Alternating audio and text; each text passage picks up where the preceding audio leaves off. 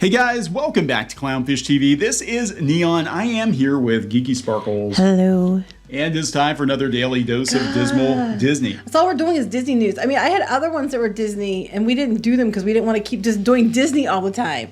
But there's nothing but bad news. I mean, but that's not the just thing. that. It's just like everything's tied to Disney in some way. Disney owns everything. So we're going to talk about Elemental. We talked a little bit about it in the live stream yesterday. We couldn't talk about it at length because we weren't allowed to, because it was absolute chaos. Oh my God, it was chaos. But thank you very much for those of you who turned out for it. It's greatly appreciated. But yeah, whoever told me to go watch, they told me that they had Tale of the Nine-Tailed 1938. Thank you. I'm watching it now. Okay. And that's anyway. Good. Yes, it's good. Yes, they're right. They're correct. Better than Disney's stuff they've been putting out? Yes, it's Korean. It's K-drama. Of course, it's better than the stuff Disney puts out. Okay, so we're going to talk about their upcoming Pixar movie, Elemental. You know, the one that everybody's forgotten about? Mm-hmm. Elemental? Yes, I mean, yeah. Yeah, so... Does anybody know what it's even about? Water guy, fire guy. I think there's different people, different types of elements that live in different parts. So it's like a Zootopia, where you have the tropical forest realm and the desert realm and the winter realm and all that. It's like that. Yeah. That's all I know. Plus Inside Out plus Avatar, I guess. Plus you're not supposed to be together because you're water and fire and. But that makes steam. Right. That's what's going to happen. Look, we made a new element, steam. Oh, little steam. We babies. joke about that though, because I'm a fire sign and you're a water sign. And... I am a water sign. I'm moist. Okay. I'm your moist. And I'm apparently very dry, so here we go.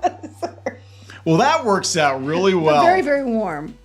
Yes. So anyway, you burn hot. Are we gonna talk about this? Before we get into it any further, please subscribe for more pop culture news, views, and rants, guys. You'll get a woohoo if you do. Woohoo! Yeah. Give him a fiery woohoo. What's a fiery woohoo? I don't know. Just get hot. I don't know how to even woohoo a hot woohoo. Woohoo! Woohoo! Fuck you! Woohoo! There. That works. Except for the people who subscribe, she takes it back about the fuck you. I was just trying. I was more geared at you because I'm like, what the hell is a fiery woo? Okay. So yeah, this movie's not. You need a cream for that. What? That's a hoo-ha. I'm sorry. Okay. So this got a little on the lewd side here. What else is new? It's our channel. I don't know. We just talk. Can we talk about Elemental? Let's talk about it because nobody else is talking about it. I forgot it existed, and it looks like everyone's forgot it existed because it is not going to do well at the box office.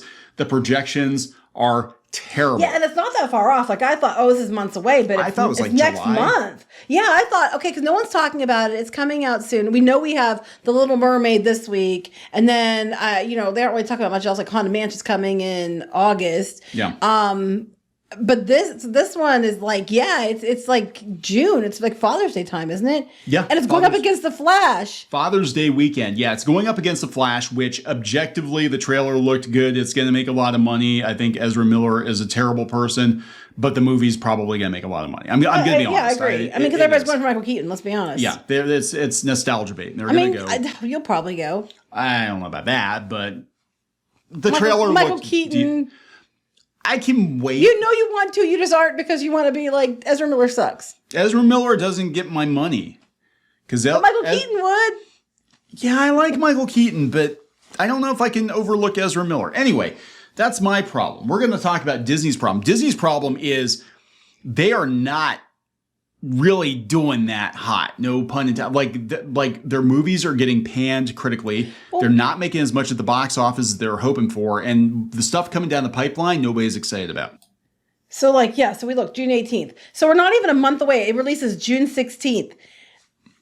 You're not seeing any. I've seen a couple, but like a couple trailers, but I don't see it running normally. I mean, they are not promoting this. It's kind of like Strange World. It's going the way of Strange World. Yeah, and that's worrisome. I think they were kind of looking at how this was tracking, but it seems like Disney, for all their talk about like we're all about creativity and we're all about animation and yada yada yada, they're just going to let this one die, just like Strange World. And it could be that they know it's not that good of a movie.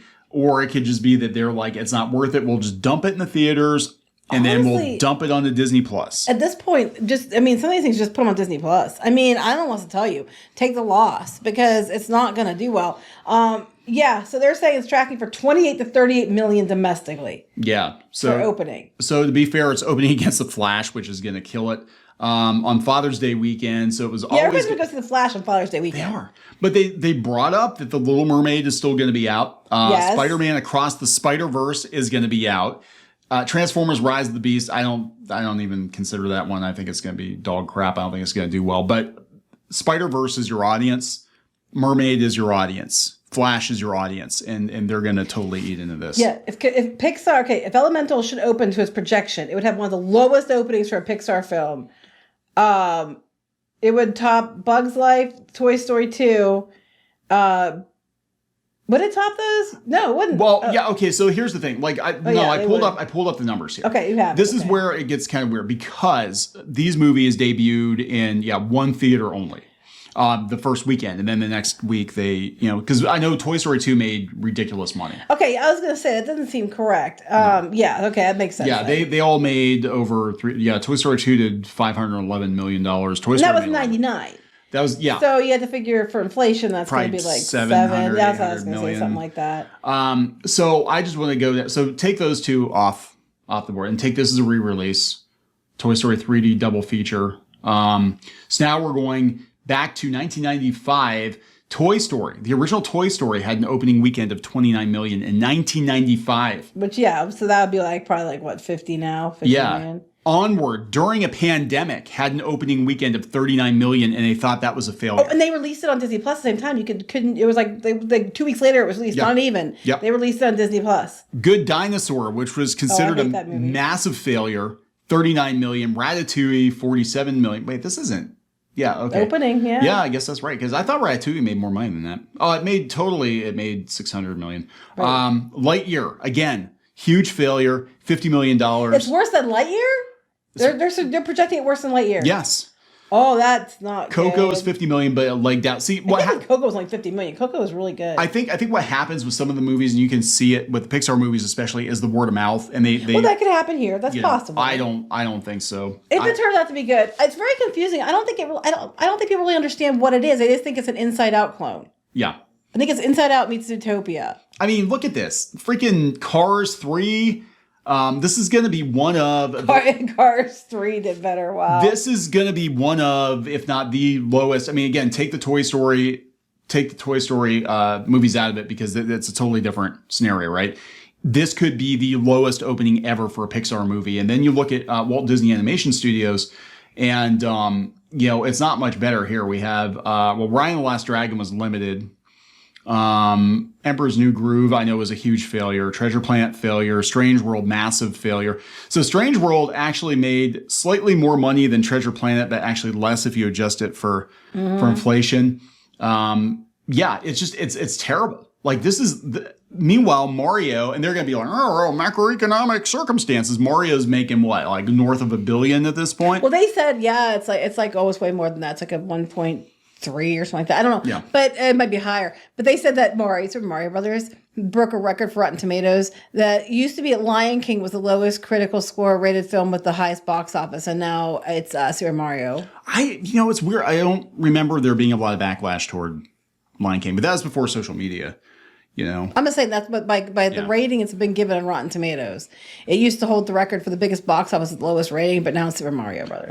Cannes Film Festival, they said that it had a great reaction there. For the sake of original filmmaking and storytelling, here's hoping Elemental finds a way to surpass. I do like that it's something new. I like that it's not a live action remake, but I'm also like a couple things here. People keep comparing it to Fireboy and Water Girl. Yeah. It's like Inside Out. They're thinking it's very Zootopia-esque. There's a lot of things that they're comparing it to, and I don't think people really know what it is, where it's going. I don't think Disney knows what it is at this point or where it's going. I think this is a huge problem, just all the way around. Because one, you've trained your audience to wait for this stuff for Disney Plus, right? You've done that yourselves. You put all your big releases. They kept going to Pixar all the time. Especially Pixar. I mean, some of the Pixar movies they dumped onto Disney Plus, I think actually would have made money in the theater if they had, taken a chance on, but they just dumped them on the Disney Plus, and it turns out that wasn't worth it anyway because they're still losing subs.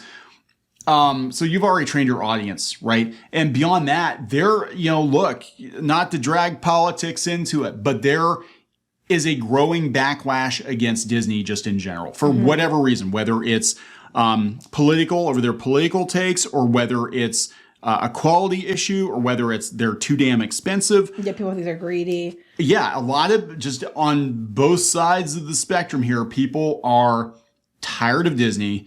They want new things. They don't want, and even if it's Pixar, the Pixar brand doesn't mean jack shit now. Like, I think after John Lasseter got pushed out of Disney, I think they basically turned Pixar into direct to DVD. That's basically what it is. And people aren't going to pay. This is like back in the 90s when they had like the Disney Toon movies or whatever in the theater. Like Goofy movie did not make a lot of money in the theater. But that being said, I mean, like, I don't think people know what it is. So if it comes out and it's good and the word of mouth gets out there, it's good. It might do better. It's just, all I know is, look, they're different elements that they shouldn't be together because they live in different worlds. And that's about all I know. Neither do we, but we get along fine. Ish. Usually we get along good. I just nod and say yes. And that works. It works. You're looking at me. It doesn't work? Mm-mm. It doesn't work. All right. So I think we're going to wrap this up. I think Disney, this is not going to be a good year for them on any level. I mean, again, between everything that's going on in Florida right now, everything that's going on with their stock, multiple lawsuits. Obviously, they're having problems because they closed, they canceled the Lake Nona project. They are shutting down Galactic the Black Star Cruiser. They're desperately trying to get people to subscribe to Hulu and Disney Plus. Yeah. I mean, they're clearly, and they're doing all the cuts, $5 billion. I have a feeling it's going to end up being more than that. Yeah, I think it's going to be more than that. And we haven't got to the third round of layoffs yet.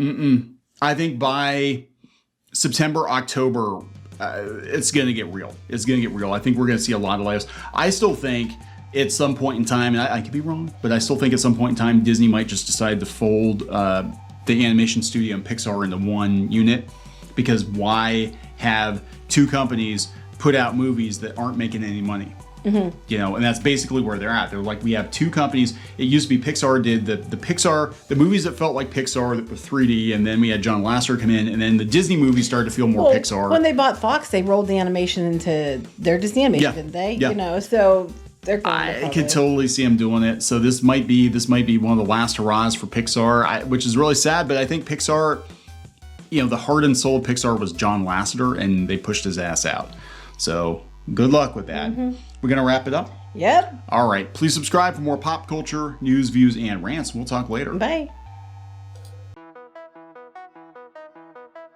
Sorry, I yelled loudly. That's okay. I got the limiter on. Okay. So you can tell my kick setting. Yeah, you can tell. Really? It automatically limits it when I yell? It does. When the pitch gets too high, it does. Sometimes if you sound like all robotic, it's because it's bringing the decibels down. Okay. I'm sorry. I'm sorry.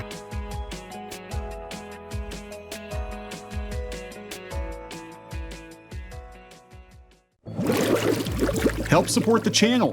Go to thereef.support and get early access to podcasts, videos, and other content. That's thereef.support.